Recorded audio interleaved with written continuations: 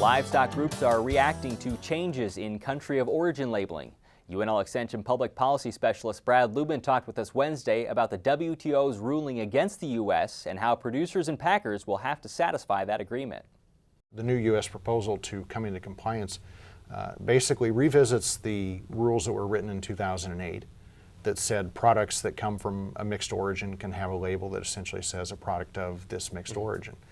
The USDA rewrote the rules last week, and in an effort to come into compliance and in fact return to sort of the original language of 2002, which said we have to specifically know where every cut of meat came from, not grouping for convenience or efficiency, but every cut, every muscle cut, every steak, every roast specifically has to be labeled for where it was born, where it was raised, where it was processed. So essentially you could see something born in Canada, raised in the U.S., slaughtered in the U.S. That's what's on the package. Absolutely. Instead of a label that's has been implemented, which is product of the U.S. and Canada. All right, so on two sides of this, how do Canada and Mexico like this deal? Well, Canada and Mexico certainly filed the original complaint because they said U.S. rules were discriminatory against imports. Part of that was because this information is required of all imports, even though the label itself wasn't exactly specific about where it came from. Partly because this information is required of all imports, even though only a portion of total production goes through a retail outlet that has to come into labeling compliance.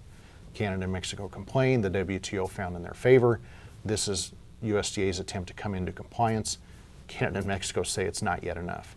Many farm groups don't like this deal either. Main Right. reason being what, the cost? Well, certainly there's a fear that the cost here outweighs the potential benefits.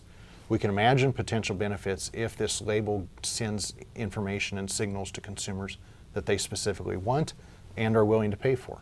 They'll increase demand or they'll be willing to pay more for the same amount of product. But if the cost of providing that information exceeds their willingness to pay, then both producers and consumers lose. And the cost is not specifically how much it takes to print ink on a label, but the records that it takes not just to track a lot now, but to track every single animal, and the potential segregation that we'll see in the processing sector. Right. Because we can't afford to process animals from mixed sources.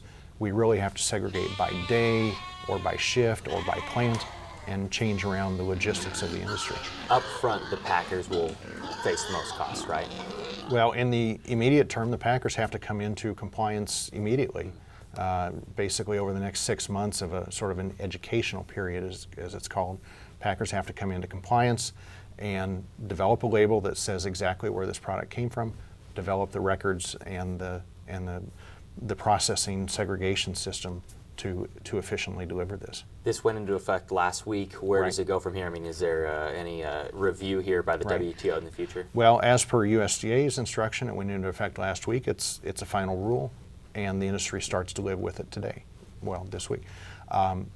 As per the WTO, they still get to revisit this. Canada and Mexico both claim that this is still not yet in compliance. They will certainly lobby the WTO to review this and find that it's out of compliance. If it's out of compliance, then we get 6 months into working under a new rule. The WTO could well, in fact, publish a ruling that says it's still not in compliance, and we're sort of back to square one.